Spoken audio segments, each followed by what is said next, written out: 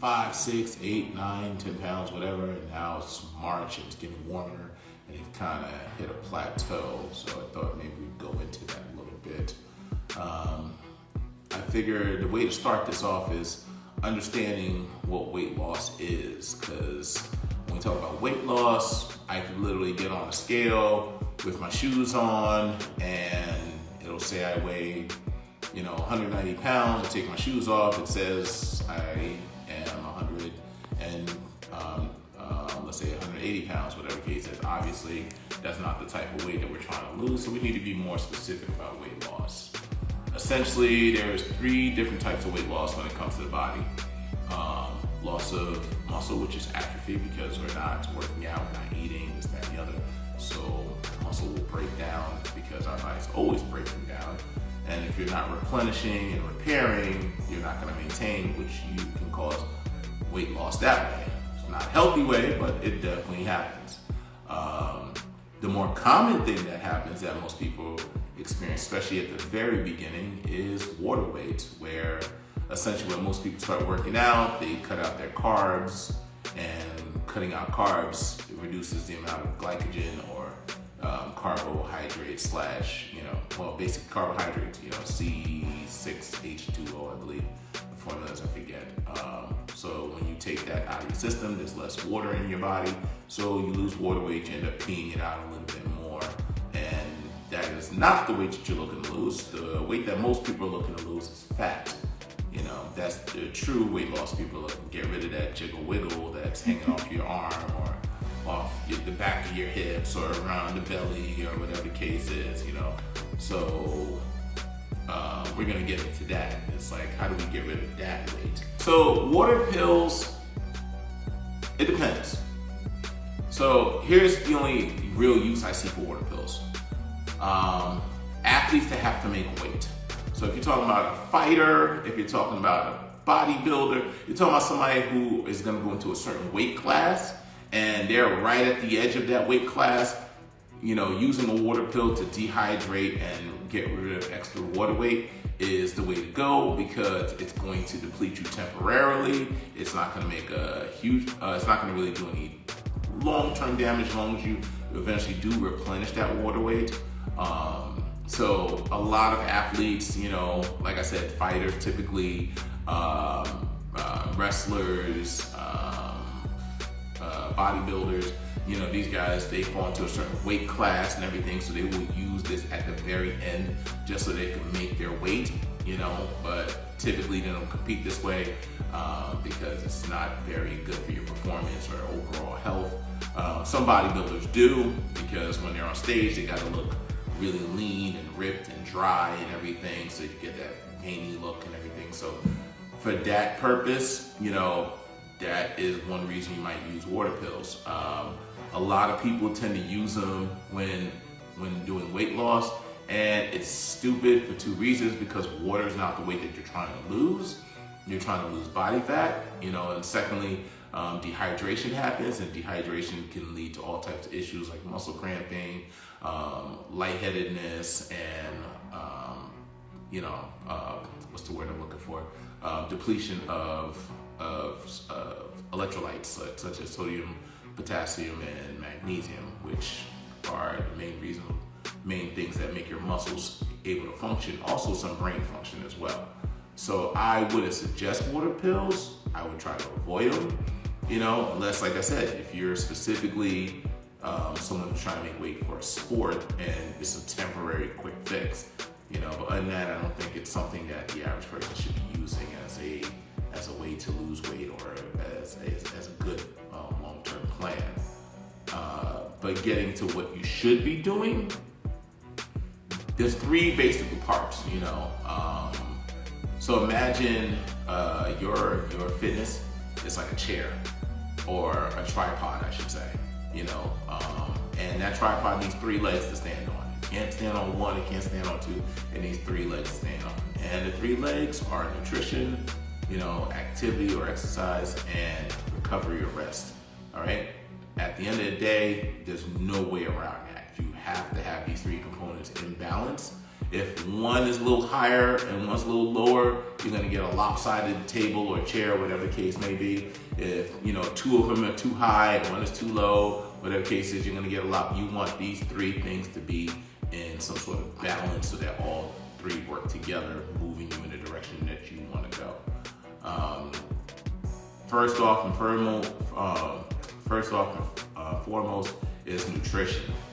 Whether you've never worked out at all, if you don't plan on working out, I've had clients where it's just like put them on a really good nutrition plan and they could do almost no exercise and they'll still lose weight because their nutrition is in order. Not exactly the way to go, only because the fact of unless you're going to consistently do that, where you're sticking to his diet religiously, it's not going to give you a lot of room for error. It's not going to give you a lot of room for error. And the whole thing is, it's not optimal for your overall health because you have a body which works like a machine that has to be fixed and maintained consistently. If you're not working out, you're not doing exercise, then basically you're only barely maintaining. You're not improving. So nutrition is key. So the 4 parts of nutrition would be water.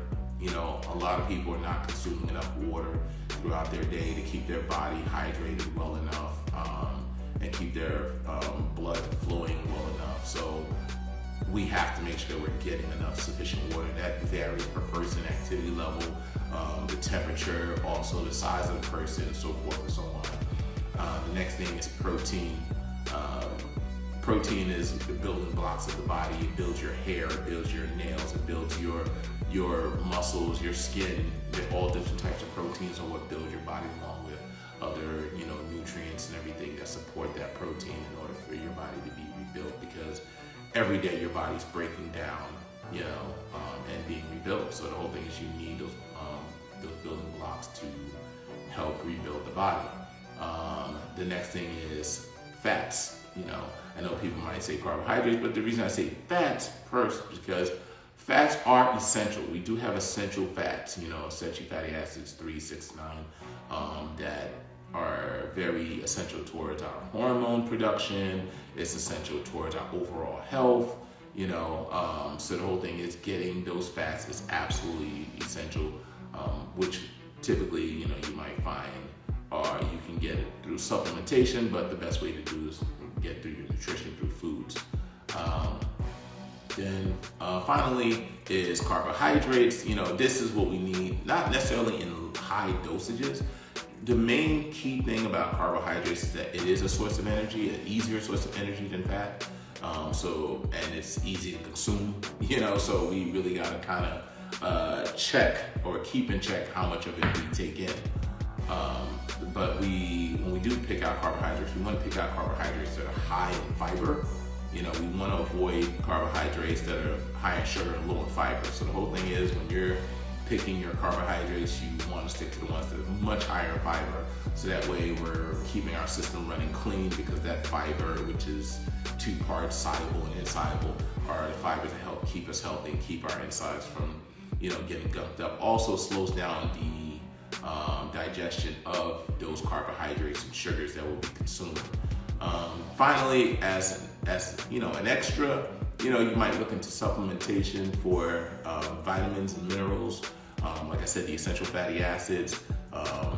If your diet is not, supporting you the way it needs to. So some people, they may not be getting everything that they need. I'm looking at you vegans, I know y'all don't like to be called out, this, that, and the other, but the truth is, it's like, a vegan diet is a good diet. Don't get me wrong. Don't get it twisted. Don't start, sending me hate mail, death threats, kill me with a stalk of lettuce or something, But the reality is that if we are not getting enough nutrition, and that also is not just vegans. If you're somebody eating at Taco Bell or Wendy's or McDonald's, this, that, on a regular basis, don't think that means that you're doing any better, because you're getting calories that are completely empty and discarded of any type of real nutrition. So it depends. It depends on the person and their lifestyle. So the whole thing is, let's say you're someone who is going to be pushing more of the weight training and so forth. So when you're trying to build more muscle, typically a vegan diet is low in protein. You know, the whole thing is that yes, you can get proteins vegans. I'm not saying you cannot get proteins in a vegan diet. Once again, they'll be coming at me, all right? I know how, die hard you are. I don't like, nobody calling you out on that, but the truth is you cannot get around it. Animal proteins give you a more higher dosage of protein per calorie versus a vegan diet, because a vegan diet requires that with those proteins that you may get from, nuts, beans, and rice and so forth, so on, comes a lot more calories, which can lead you to putting on a lot more weight if you're trying to stay within a certain certain amount of calories. And the whole thing is like there's certain proteins that you get in a complete form with meats that you don't get in a vegan diet, because you have to do combinations of things. Such as rice has proteins and beans have protein, but they're incomplete, so you have to have them together to have a complete protein. But the amount that you have to eat to compare to a 4-ounce piece of steak or chicken or fish, it's like 3 or 4 times as many calories. So you run into a whole different type of problem. So it is catch-22. Now, that's not a problem if you're a long distance runner and you're gonna burn off these calories, this and the other. But I'm talking to the general everyday person. I'm not talking to everybody, right? Like the whole thing is like, obviously with different people, different nuance, different experiences. So you have to kind of figure it out person by person.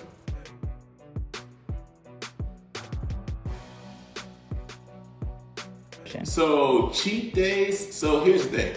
I'm of the mind that, 90% good, 10% bad, you still end up with an A, no matter what you do.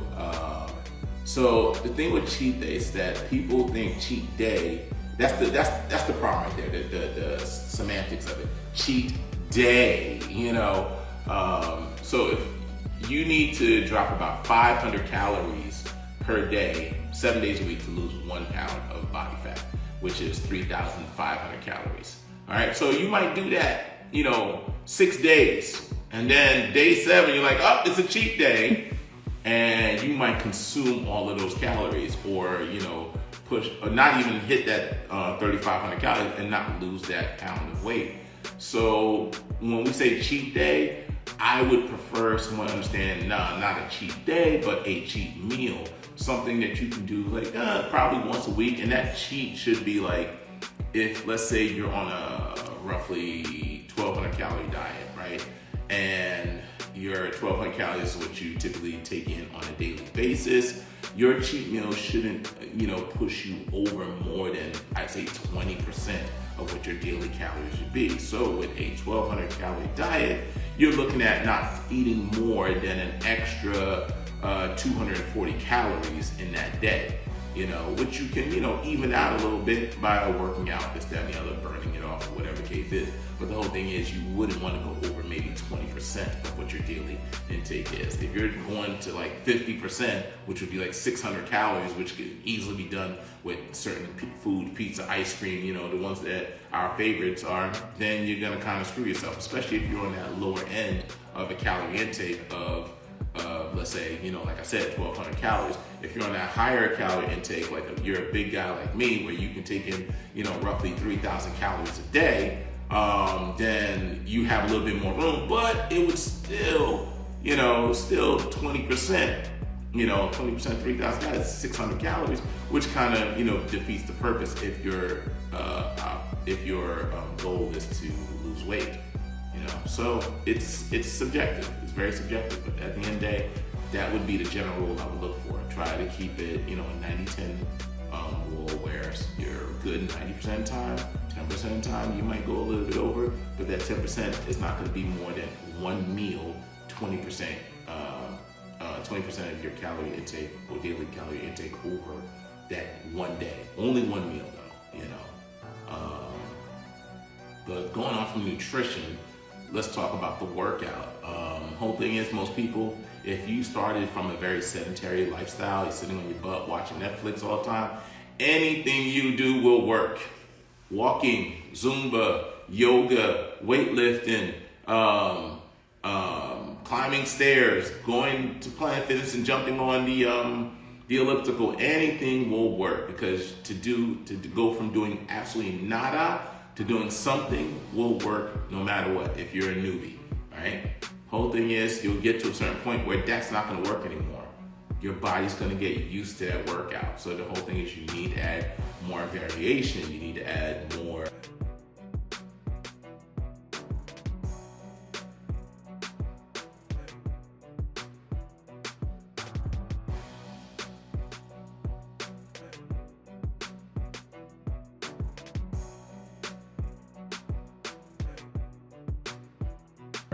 intensity. You need to add The next level. Yeah, well, let's say the next Resistance. level. Let's say the next level. So the whole thing is, your body adapts to whatever stress you put onto it. Basically when it comes to workout, there's 3 basic components to working out for the body to make adaptations, which is tension, stress, and damage, okay? The whole thing is if there's no tension or stress, no tension, stress, or damage, you're not gonna really make any changes. That meaning is the fact of, you're either going to break under stress, or you're going to, what that doesn't kill you will make you stronger. So stress could be anything from, if you're going to say, okay, I'm going to be on a treadmill, I'm going to walk at 3 miles an hour on a flat. The next week you say, I'm going to put it on a hill. And then, sometime down the line when your body gets used to that, maybe you'll say, okay, I'm going to go back to a flat and I'm going to increase the speed. So changing the stress on the body will cause adaptations. But the whole thing is that you want to cause different types of stress, and that other than just jumping on a treadmill or cardio machine, you want to do some sort of strength training, which is going to cause tension. Tension on your muscles causes the muscles to get stronger. And when I say to get stronger, the whole thing is that it's not really so much of it's the muscles, it's really your brain, people. Believe it or not, more of this is on your brain than it is on your body. Your body is responding to whatever the brain tells it. So imagine your body kind of like a car or a construction machine, like a bulldozer or whatever. That machine cannot work without a driver. So that driver dictates how much gas is going to be spent, how much the air conditioner is going to turn up, the volume on the radio is going to turn up, what movements we're going to do, this, that, and the other. So your brain, if it doesn't, the more experienced your brain is with training, the better of a driver it becomes. That's why you see, when babies are first born, they can barely figure out how to walk. But by the time they're an adult and they become LeBron James, they're doing amazing things because they've become a more efficient driver. And the machine has developed. And the machine only developed because the driver said, hey, you know what? I felt a little stick in the clutch. We need to make this adjustment. Hey, you know what? The brakes were a little bit heavy. We need to make this adjustment. Hey, you know what? The engine started to overheat. We need to put a little bit more coolant in. So the whole thing is that stress and tension tells your brain what to do to cause your body to adapt and get stronger and get better. In that process, as we build more muscle, because the brain tells the body to build more muscle, the brain also tells the body, hey, we don't need as much fat on the body, because the fact that we're not starving, we're working out, we're consistent, we're getting good nutrition, so forth and so on. So the whole thing is the brain says, let go of the fat. We need to use that as a source of energy to keep the body moving, and we lose the weight that we want to lose, and we put on a little bit of muscle, which is going to give us more shape, firmness, definition, tone. I know ladies like to use the word tone.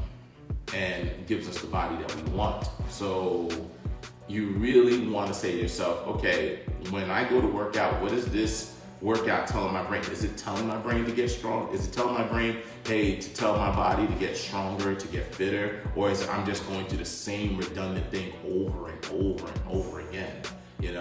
Your brain responds to new stimulus. It's kind of like the first time you heard a joke, you thought it was hilarious, you thought it was funny, you was falling out of your chair. But if you heard that same joke 15, 20 times, you're not gonna get that same response. You're not gonna get that same laugh out of it. Same thing with your body when it comes to working out. You're doing the same exact thing over and over and over again on the treadmill, you're not gonna get the same response. So you really want to add a variation to your workouts. You want to incorporate some sort of strength training. It doesn't have to be weights. It could be body weight, could be bands, could be yoga. You want to add some sort of variation that's going to also put some stress on your heart and your lungs. So that way you're not getting winded going up the flight of steps. You know, we don't want to go up the steps and have your friends knowing you coming up because they can hear you. That's not nice. That's not, that's not kosher. All right. So the whole thing is the workout has to be, somewhat challenging without being completely self-destructive. Because a lot of people do go into the gym and they push themselves so hard. What they end up doing is burning out the brain. The brain says, oh, this is too much, and you don't recover as well. All right. It's kind of like saying you're going to have that UPS driver behind the wheel, doing 16-hour shifts. After a while, truck driver, behind the wheel for 16 hours at a time, he's gonna get fatigued, he's gonna get tired. No matter if the machine can keep going, the truck driver will start to fall asleep at the wheel, and the next thing you know, you jackknife. So you don't wanna overdo it because that driver will, even if the body can keep going, the driver will say, F you, I'm shutting down. So you kind of wanna find this balance where you don't do overkill, because that will also hinder your weight loss. That will definitely hinder your weight loss. Which leads us right to recovery, rest and recovery. A lot of people don't put enough emphasis on this. One of the biggest things that a lot of people do, going back to what I said earlier about Netflix and this, that, and the other, people sit on their bums watching TV. I said bum, trying to keep it PG. People sit on their bums all day watching TV. You sit on your bum at work. If you're an office worker, you're sitting in traffic. So you spend more of your day sitting than anything. Y'all swear y'all working hard all day. But if you really think about it, if you got a desk job, you sit in that luxurious, nice little car of yours with the butt warmer and this, that, and the other, and then you sit on that couch, y'all not really working that hard in your everyday life. Stop it, So the whole thing is that if you are working out, you're putting that stress on your body, you need that time of recovery. And recovery means not only nutrition, but it means going to bed. It means going to sleep. The thing is that our body, once again, the brain is in charge. So when you shut down your brain at night, your brain is now saying, okay, we need to do all these things to recover, where one, it's going to filter out the brain, wash out all the crap in your memory that is unnecessary information that you may have gone through your day. Oh, remember that guy we walked past that was wearing the weird outfit on Broad Street? That's information that does not need to be, locked into your long-term memory. Things such as, the stress that you may have dealt with in that day, has to be, filtered out and gotten rid out of your system and everything. And also the damage done to your body from your workout, whether it's strength training, whether it's cardio training, whether it's running, jumping, swimming, this, that, and the other. Your body needs time to recover from that. During the time that you're sleeping, you're not moving the body, you start slowing down, and more of your resources, because you're burning calories even in your sleep. And those calories now, instead of having to be used while moving, are being used to repair. When you have dinner at night, it's being used to repair, recover the body, replenishing glycogen, replenishing proteins, replenishing water, so that the body re-ups, the next day. Also, this is the time that we're producing a lot of hormones in our sleep, such as HGH, which is a human growth hormone, testosterone, estrogen, so forth and so on, so that we have balance in our body. So sleep is absolutely necessary in order for you to perform at your best, and for your body to say, hey, we're not completely burnt out and stressed out. Let's drop this extra weight that we don't need. Not getting enough sleep can cause small little problems that you won't notice over time until it adds up. So one thing is, if you're really tired, your brain, which is in charge again, that driver, is gonna say, hey, I only got 4 hours sleep, I only got 5 hours sleep, I'm exhausted, the body's beat up, and we need to have enough energy to go to work. So what's people's most go-to? Let me get that coffee with extra cream and extra sugar, right? Let me get that donut, let me get that quick fix. And the whole thing is that quick fix can undo what you're trying to do when it comes to your weight loss. Just the fact of when you're starting your day off with a coffee that's more like a milkshake, frappuccino, this, that, and the other, with 600 calories, and then you're eating a bagel or a donut or something high carb and high sugary, this, that, and the other. you are basically, you took 2 steps forward and 15 steps back. So the whole thing is when you're fatigued, that's what your brain tells you to do, is get these quick, simple sugars, these quick, simple fixes, and it undoes your diet. The other factor about it is the fact of when you're not recovered, it takes that much longer before you can go back to the gym and really hit it hard, so that's recovery, so that you are getting the benefits of working out. So, for example, it's kind of like if you've ever taken a road trip. Anytime you take a road trip, yeah, you might be able to drive a car for a certain number of hours, but there's going to be a point where the engine starts to overheat and it needs time to stop, cool off before the engine completely burns the freak out. So same thing with your body. Your body needs time to, fall back a bit.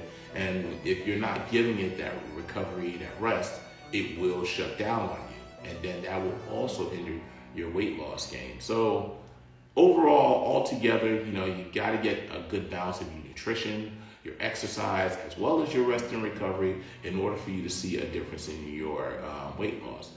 Guided you are, the better your results will be. Also, final point, give yourself time. A lot of you are trying to do amazing things in short periods of time. You're trying to go ham as if you've been Michael Phelps or LeBron's all your life, and it's just like, nah, you've been more like, I don't want to say that name, but you haven't been a star athlete all your life. So don't try to jump into the gym, one day and just think you're just gonna go ham and just lose all this weight or get into great shape because you saw a commercial where somebody's like, in 90 days, it's all crap. It's all garbage. It's all crap. Give yourself time. Give yourself 3 months, 6 months, up to a year to get into the type of physical shape you want, because it's not about just changing your body. It's also about changing your psychology to support the goals that you want. Because even when you get there, getting there is the easy part. It's staying there is the hard part.